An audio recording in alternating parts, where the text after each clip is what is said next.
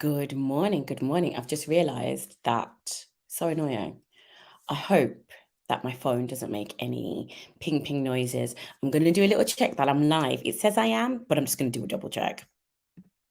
Just in case, just in case. I should be. And oh, yes, I can see myself. Good. So I'm just going to close this tab. I'm going to close my LinkedIn tab so that it doesn't distract me.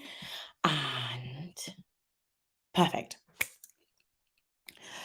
When you have those mornings, time has just run away with me today so far. I don't know why, but it is. But I'm really excited to be able to talk about the survey, to talk about my motivations behind doing it, to talk about what I'm hoping we can all achieve and why it's so important to, amplify Black voices. So please, please, please don't be scared to say hi. I'll give everybody a couple of minutes to join because I know what this is like. Hi, Sharon. Thank you for joining. I'll put that up there so I can see. Nice to see you here. No, it's I was just saying I don't know when you joined, but just saying, I'm really happy to be talking about this, and it's something that I find to be so critical and to be so important. Morning, Natalie. To be so critical and so important just for the fact that on the one hand, everybody understands that Black women as a topic that were important, but they seem to only understand it theoretically. And I think we have not, I think I know we have to move past the theory part of it and get to the practical side.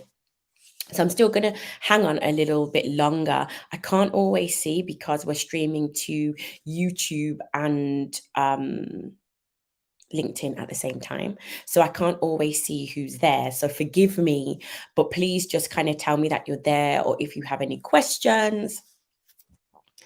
So where should I start? I think I'm going to start with the why. And, I discussed it a little bit in the video, but it was 7 minutes long. So I understand if not everybody got to watch it. So the first thing for me, the why is in having different conversations, the theme, and whether it's with Black women or whether it's with like companies, depending on which guys I'm working, the topic is always the same. From the company side, they don't know how to engage with Black women. From our side, it's the fear of being able to share our opinions freely without feeling as though it's going to be used against us in another occasion. Because we all know, right? I can still remember this myself in the corporate space, the company survey comes through and they say, please give your honest opinion. And then they ask your age, they ask your location, and depending on how big the location is, and they ask your department, right? So even if you don't say, this is Leanne, just by trial and error or just like filtering out certain things, they know who I am. And that really makes the difference between being able to freely express yourself versus expressing yourself in a way that is palatable for the powers that be. And this is the point, it's that part of our voice is most often translated in a way that is palatable for people who aren't Black women. And I don't think that's fair. And I think it's fair, nor do I think it's right. I think we have to get to this point where we can speak openly and freely. We can document the things that happen, but it's done in a way that builds and enhances trust. And the reason why, I also created the survey is because I feel as though our footprint, our European footprint, our continental African footprint is not heard, felt, and seen enough. in as much as, one second, in as much as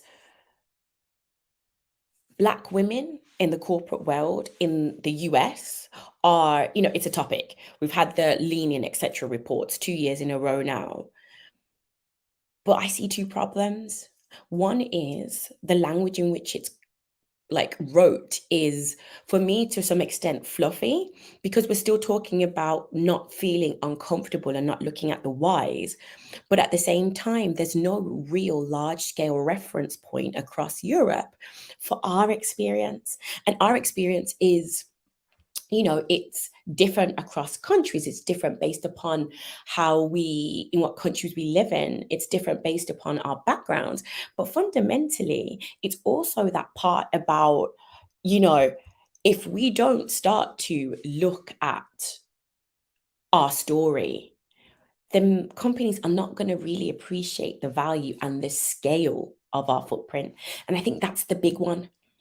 We are here, we know we are here because we talk to each other, but there's no collective large scale proof as to how far and wide we exist. It goes down to, I've had several conversations with different Black women, and it's like, well, whilst we may openly talk about race in the UK, race is approached very differently in Germany. So it's also getting to the bottom of that. What is it that prevents you systemically from talking about race? What is it that you see within your company that you see happening that is only happening, or you're excluded from it because you're a Black woman? And how do we then move to change it? And this is why, I couldn't fit the whole title in. I couldn't fit the whole title in because I was limited. But the full title was Amplifying the Voices of Black Women to Create Change. Because there needs to be momentum. We have to create change. We have to use our voice, our collective voice, to let it be heard. Speaking to each other is fantastic because it's a support system. But outside of that, if we still are in that part, and I've been guilty of it, I'm sure a lot of us have experienced this. You have a friend who everything's great at work until she's leaving. And then the real stories come out, and we don't necessarily share that. We don't necessarily share what our experiences are because there's that instinctive need or that pressure to maintain that everything's perfect amongst ourselves sometimes, but also you don't want to feel as though you're criticizing the powers that be.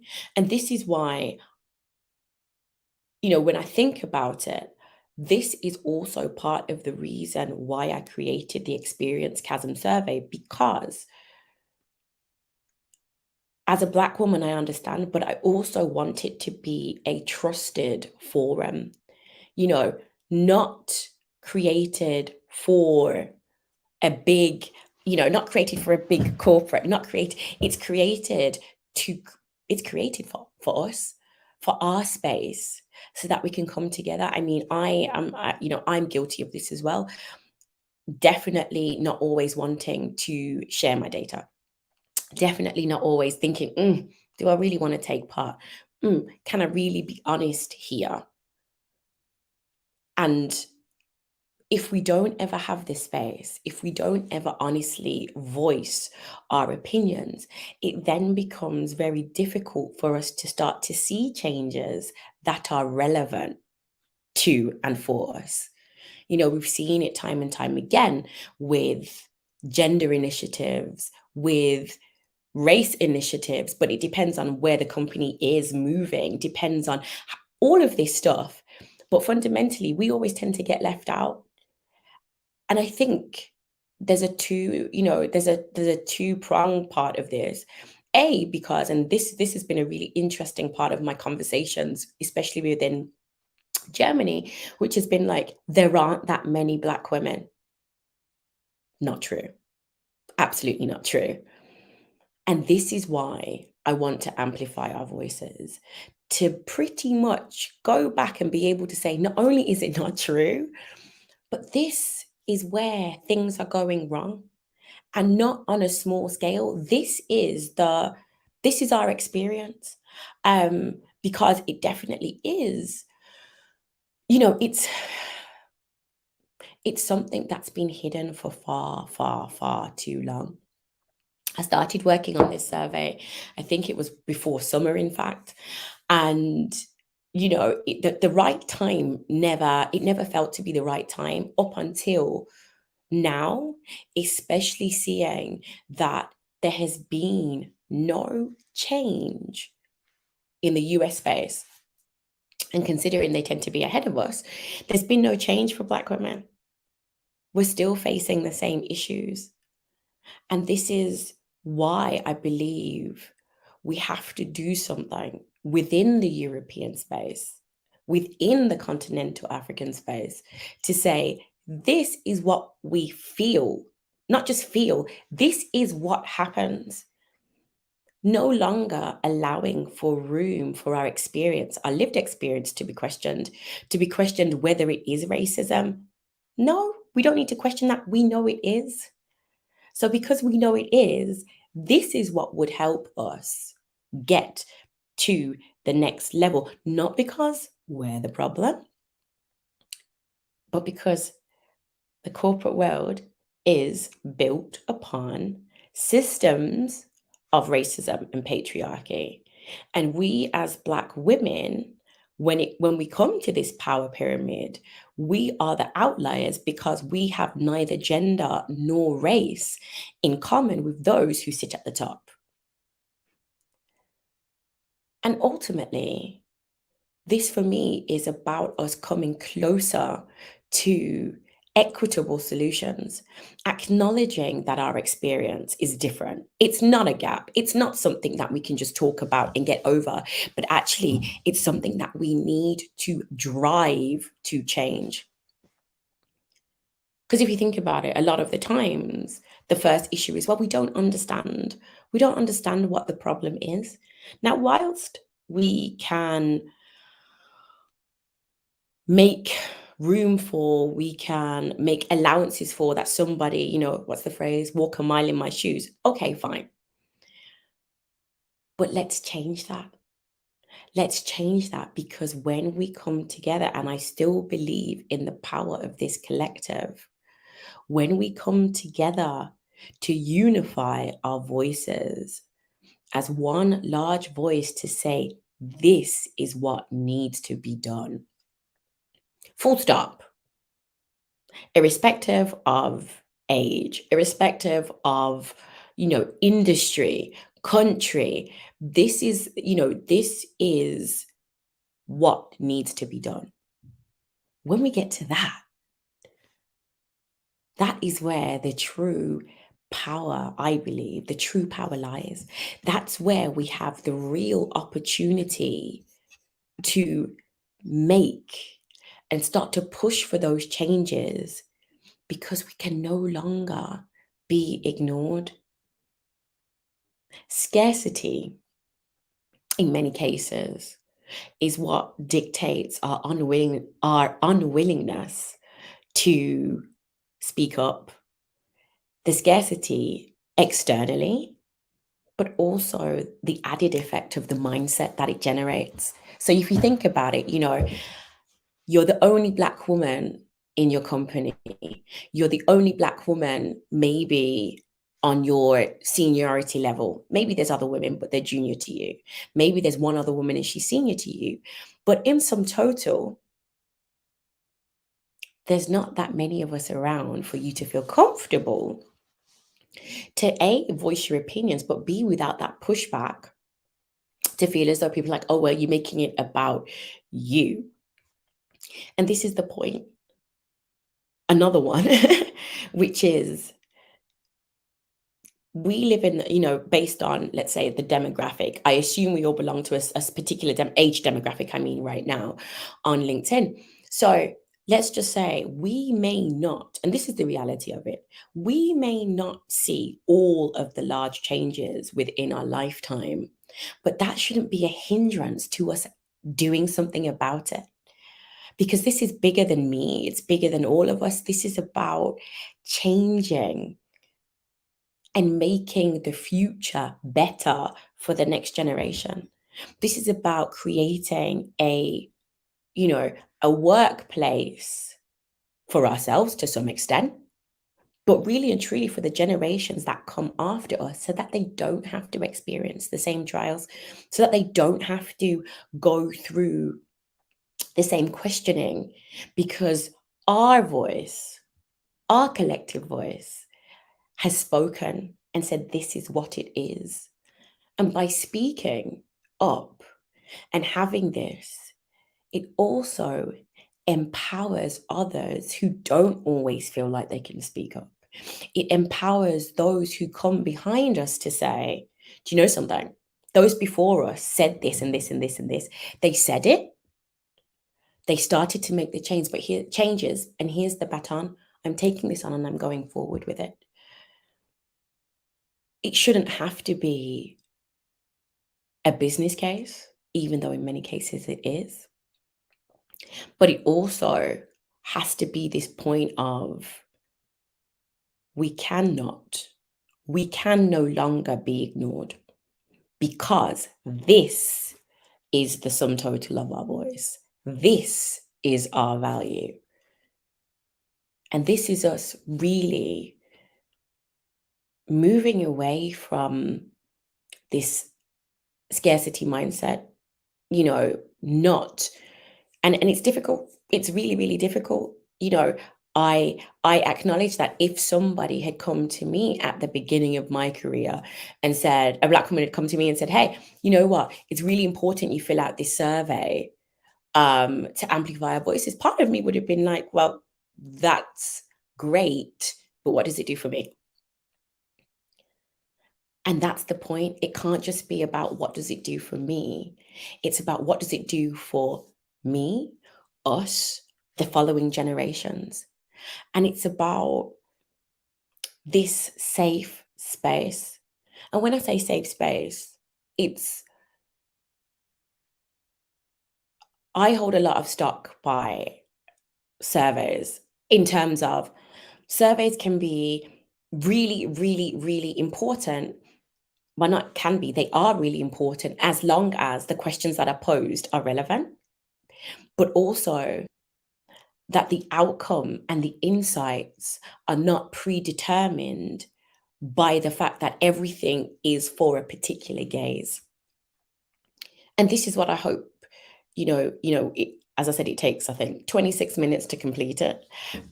But in getting to the real data and in getting to the real issues, which we know, getting to the real issues and not just dealing with the symptoms is a longer process than just quickly trying to put something together.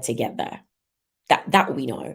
And I hope that that's appreciated and understood, being an investment in your time, but also for our higher purpose of really making the space for our voices to be heard, to be felt, to be seen.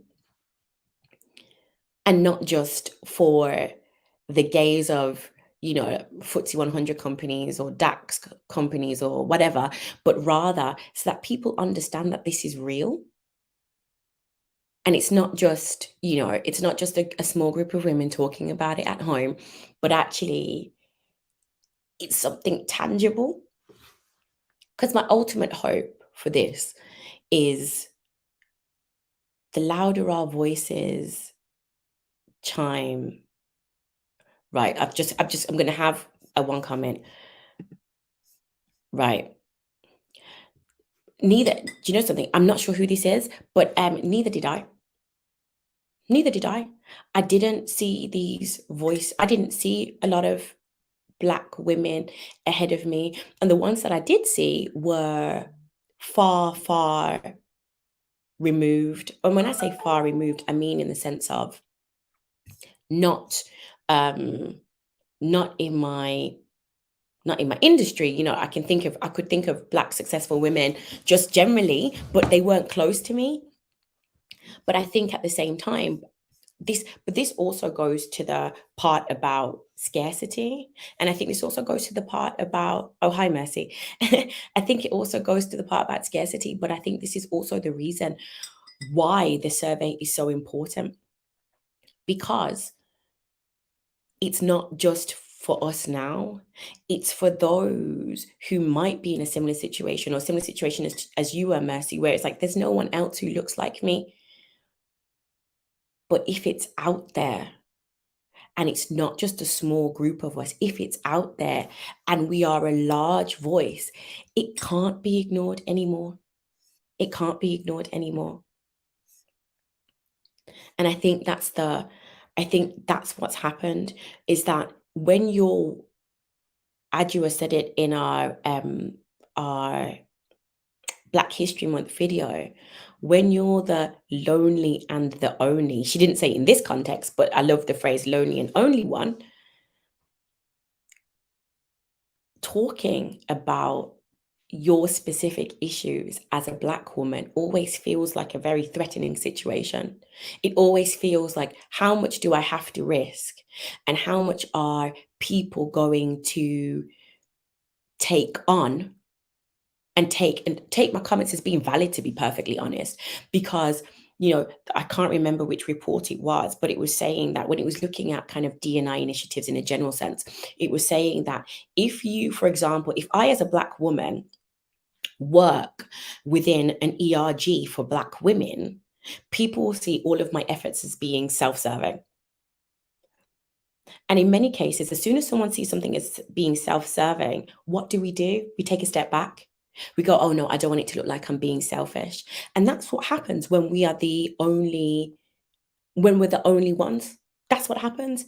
And this is why in many cases it's easier for us to speak externally than internally, for the fact that you have the freedom to speak. You have the freedom to speak, and you can speak in a way that, you know what? Yes, it's my personal experience, but my personal experience doesn't always mean that's the only reason why I'm trying to help, especially when it's a higher purpose. But when it's just you, it's hard. When it's just you, it's hard. And there are so many of us, and have been so many of us, who sat in positions, who sat in companies where we were the lonely and only one. And then it becomes difficult, right? It becomes difficult to say what it is you need. And companies are very they're very reluctant, to invest in what they believe is an insignificant pool, which is one person, without looking at the broader and the wider picture, which is, this isn't just about this one person. It's about the impact you're creating. It's about the possibilities you're creating. It's about the culture you've created. All of this is a big part to play. Absolutely, Rokia. Right. And the thing about representation is twofold. It's not just seeing that person in the role, it's the subliminal message that goes around what should and what does success look like.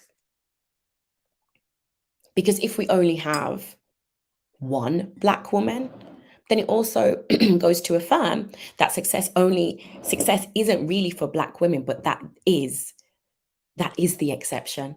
And therein lies the problem, right? It still doesn't affirm and validate that we can be successful, but that it's not to do with us. It's to do with the system.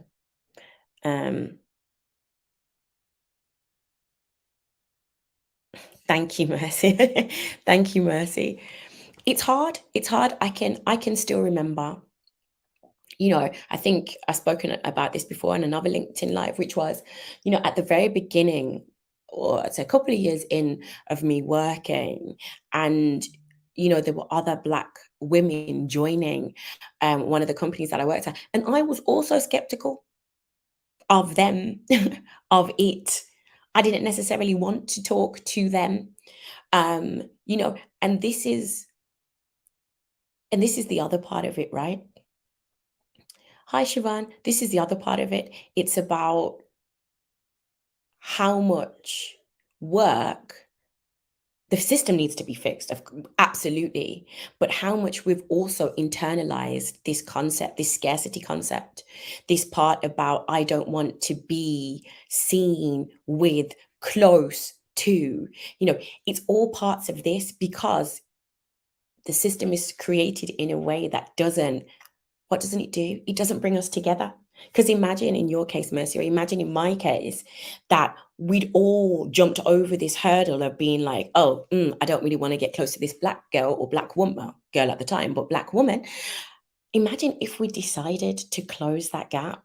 And in this case, it is a gap. Imagine if we decided to start to talk openly, in a way, openly and strategically, but you don't always have the language. I didn't have the language to articulate it back then. It's been a process.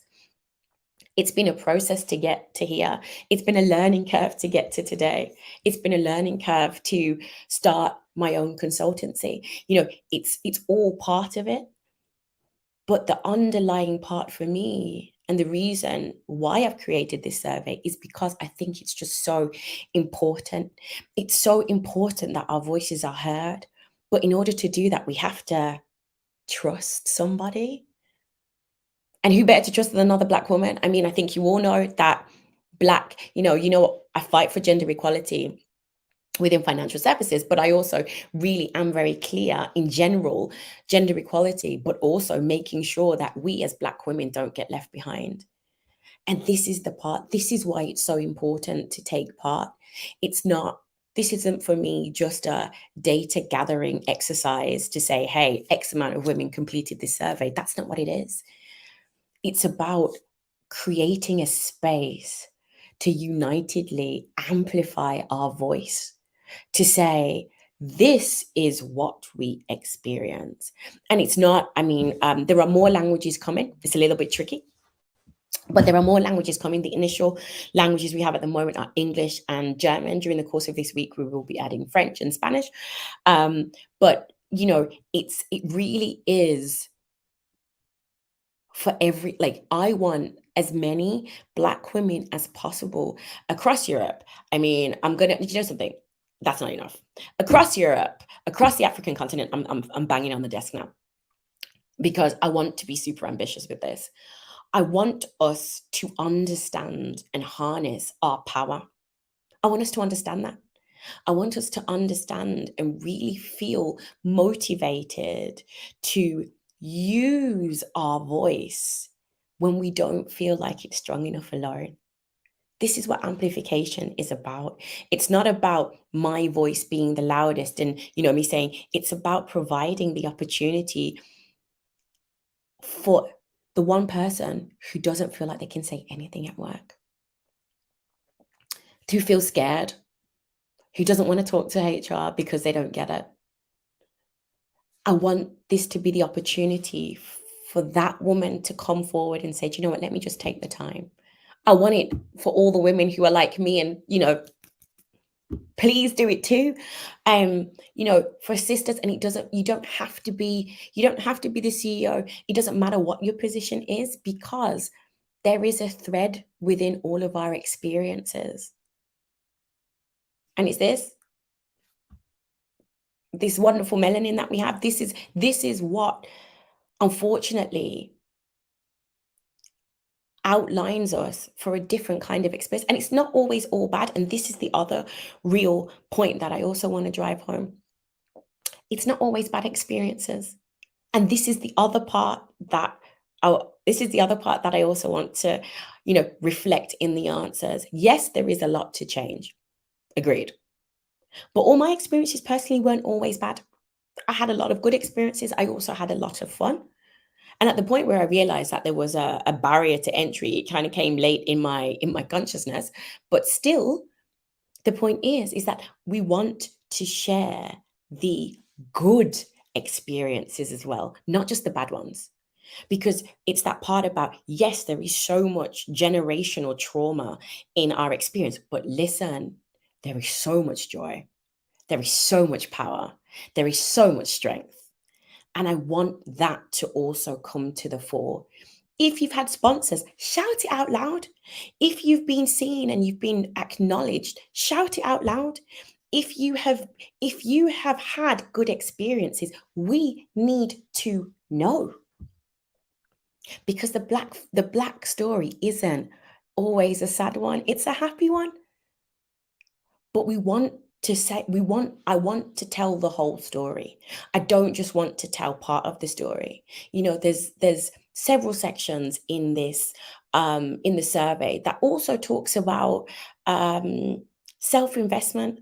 How are you investing in yourself? Are you investing in yourself? If you are, shout it out. We have to do this together. This is the point. And even if you go through the survey and you say to yourself, something, Leanne's given me something to think about, benefactor's given me something to think about, that therein lies the success of it. It's not just for you to answer. It's not just for you to say, okay, yes, no, yes, no. It's also for you to think about it. I want people to think about is there something that I can do? As I said, the system needs to be fixed, no question about it. But is there something that I, as an individual, can do?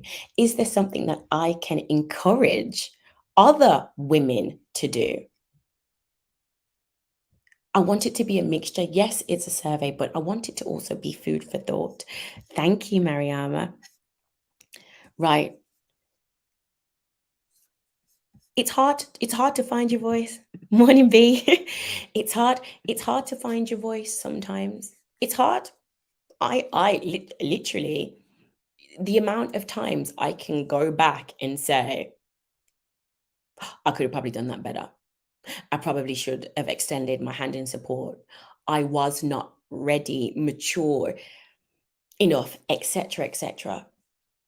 Because the one thing I always think about is this: however long it takes for the system to start correcting itself, and when I say correcting itself, I mean by us helping it correct itself, however long that takes, the one thing that I don't want for any of us is for us to not be ready for the opportunity. I want us all to be ready. I want us to all be strategically thinking about our careers, strategically thinking about, how do I elevate others alongside myself? And this is why the experience chasm is so important, not just to me, but for all of us, is because part of it should be really around amplifying and elevating each other. Oh my gosh, this sounds so dramatic. Why? Well, I think most of you know that. Absolutely, Rukaya, we do need to be stronger as a community. And this is the part about, I don't know who said it, maybe someone knows in the audience, but it was like, it was talking about how people choose to support their friends, and it was talking about it within the Black context, like, we're not very good at supporting our own. When we launch businesses, we're looking for discounts and mates rates, but if I can't think of anyone, but Kim Kardashian launches something or Kanye West launches something, people we don't know, we're happy to run out and go and support and buy it. This is what's got to change. This is what's got to change. Only by supporting it, we're not in competition. Only by us coming together and genuinely taking this seriously. If we don't take our success, elevation, and our voice seriously, nobody else will. Nobody else will. And we have to keep remembering, civil rights did a lot for Black people as a whole in the US, but it was mainly predicated on the reassertion of Black male, masculinity within society. A lot of Black women who supported the movement didn't get the recognition, right? Feminism left us behind. We see it. We see it in the nature of ERGs. We see it within the workplace. We see it in the diversity, and I'm putting the diversity measures, when it's usually a woman, but a Black woman isn't usually anywhere close behind. So there's a theme to this. The theme is, we as Black women need to support Black women, because larger movements aren't looking after us. And how do we do that? We do that by supporting each other. We do that by amplifying our voice to make sure that we are heard. Only if we're seen and only if we're heard can we make a change. And nobody is doing it. Nobody is coming to do it for us. We have to do it. And this is, this is why it's just so important to take part. Half an hour is not a long time. I wouldn't recommend listening to music in the background because you might get distracted. But, it's not a long time in the grand scheme of things. It's not, especially when it comes to creating a space for us to change this. People won't take us seriously until what does my grandma say? If you can't hear, then you must feel, right? We're talking, we're talking, we're talking, but people still think that our footprint is this big. When just alone in this conversation, our footprint is a lot bigger than people want to acknowledge it to be. We have to support each other, and supporting each other is part and parcel. Creating spaces, taking part, using our voice. And not everybody can use their voice in the same way, nor do we need to. But it's making sure, I read this book, The Miseducation of the Negro. And one of the most powerful points that it said was, as Black people, we always sometimes feel that we need to be the leaders, but it ends up fracturing us. And this is what we see. We're not taught to come together. We're taught to do this. I have to put Rukayat's comment back up. We do need to be stronger as a community. There doesn't have to be a leader at all. What we just need to do is come together to understand the strength of the collective. The collective voice has the power. It has the power to change the world. It has the power to move mountains. And this is the part that we can sometimes forget. And this is why I wanted to kind of talk today about the Experience Chasm survey, because it's not just about me, it's about all of us. It's about the importance of our voice. It's about the importance of us coming together to make the changes that we all want to see. What does it say? Be the change you need, or be the change you want to see, or something like that.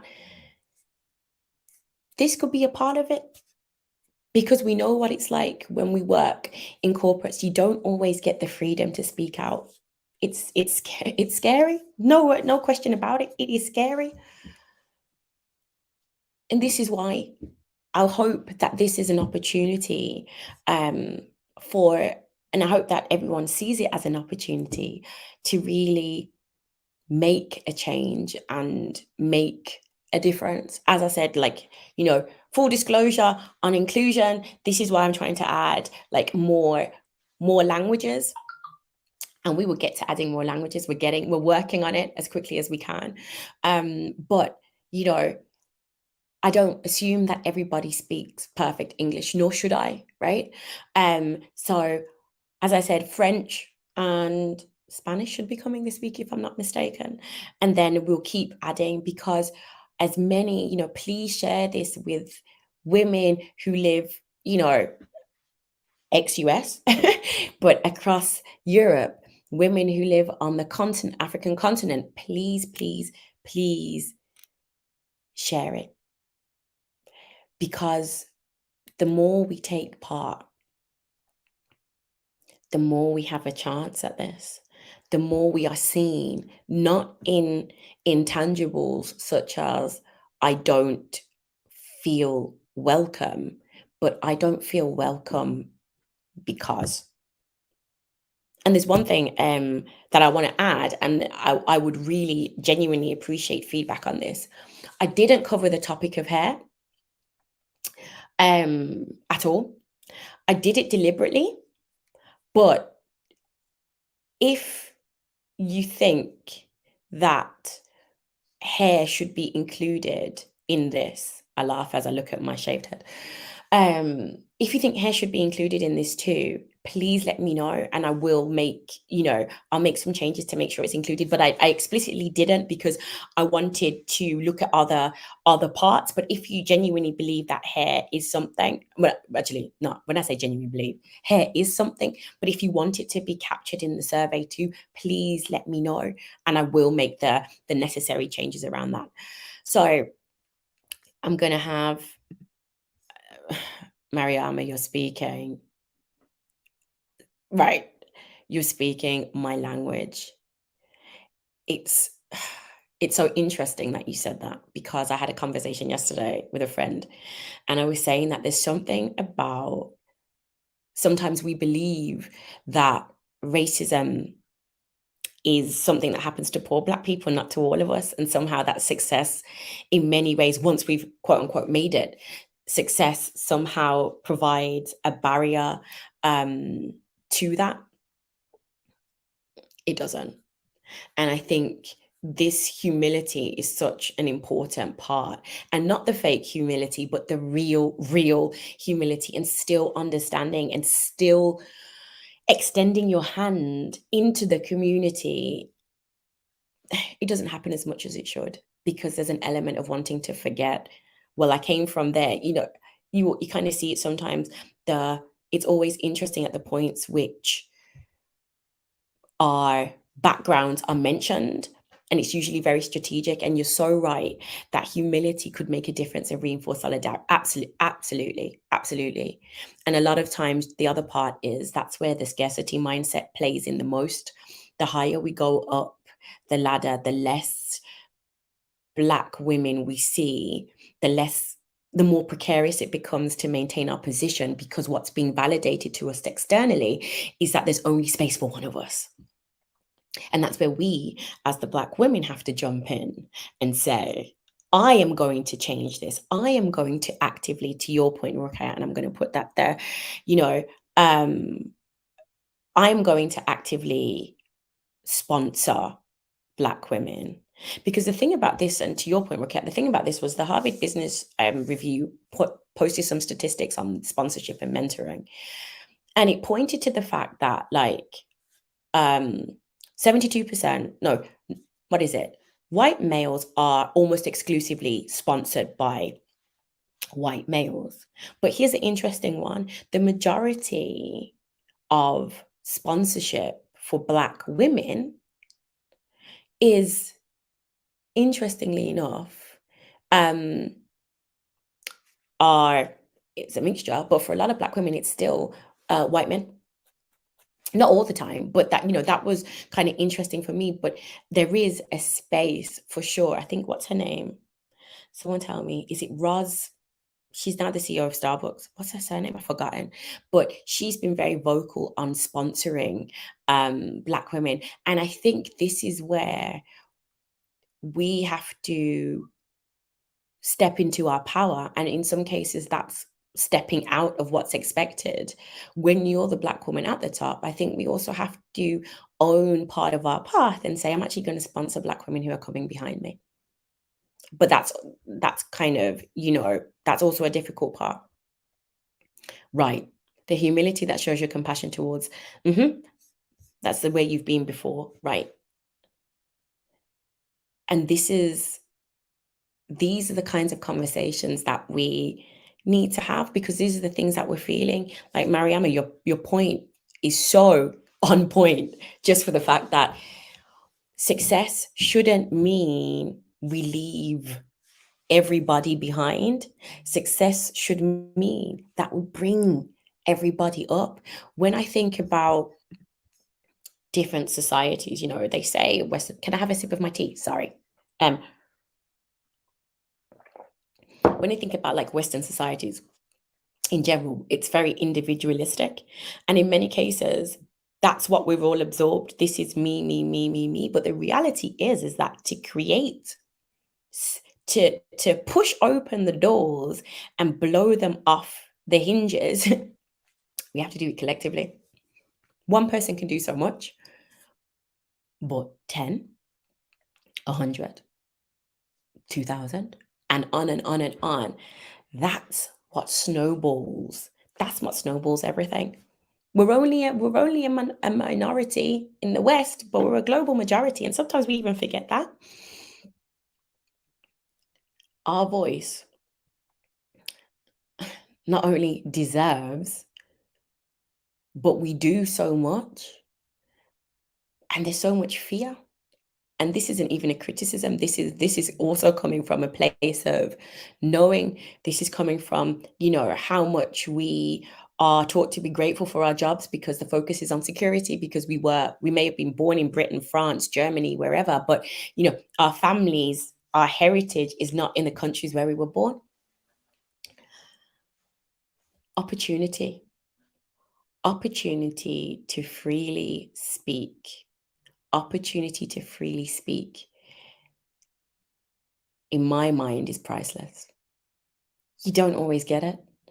And I hope that this is what this brings, the opportunity to freely speak without fear of reprisal, rebuttal. As I said in the short video, well, it wasn't that short, but as I said in the video, I have not NOT required that anybody puts in their LinkedIn profile, because that's not what I want. I trust and believe, and I trust and believe that people will give their, real information, but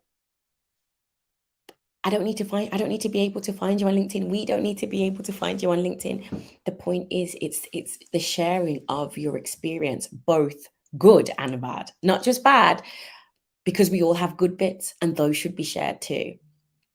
They should be shared so that there's not the fear of us entering into certain spaces, but rather knowing that the experience is mixed, but there's still a lot to change.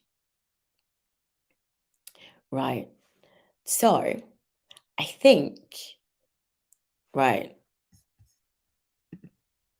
No, I agree, Kareem. I think that's part of it. I don't think um we feel as though we should, or if we could, because there is definitely that element of, I think, definitely the element of, well, you're only picking someone who looks like you. Yeah, well, even if I do pick someone who looks like me, that's what everybody else does.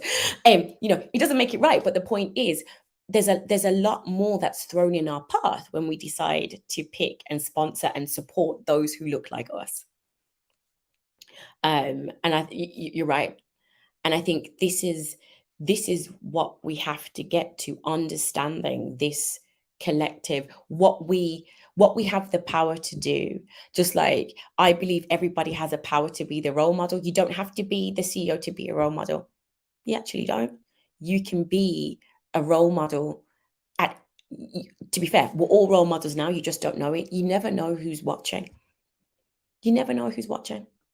And I think, like, that's kind of like the long-winded version, but it's something that I really feel not just passionate about, but I think that this is a critical component to change. And sometimes it's believing in the power of the collective voice, believing in the power of our community, understanding that we do have power, understanding that we can do this, we dare to do this, and we absolutely should do this. So that's my contribution for today. Well, it's not, because I've got an article coming today, but besides that, that's my contribution for today. Thank you all. I didn't realize I was going to be gabbing for 50 minutes, but thank you all so much for your time. Thanks for Kareem that you love the hair. 2.5 weeks worth. Thank you. And if you want to know anything more, please feel free to reach out to me. Yes. And I think that's it for today. So thank you so much, and have a wonderful day. Bye-bye.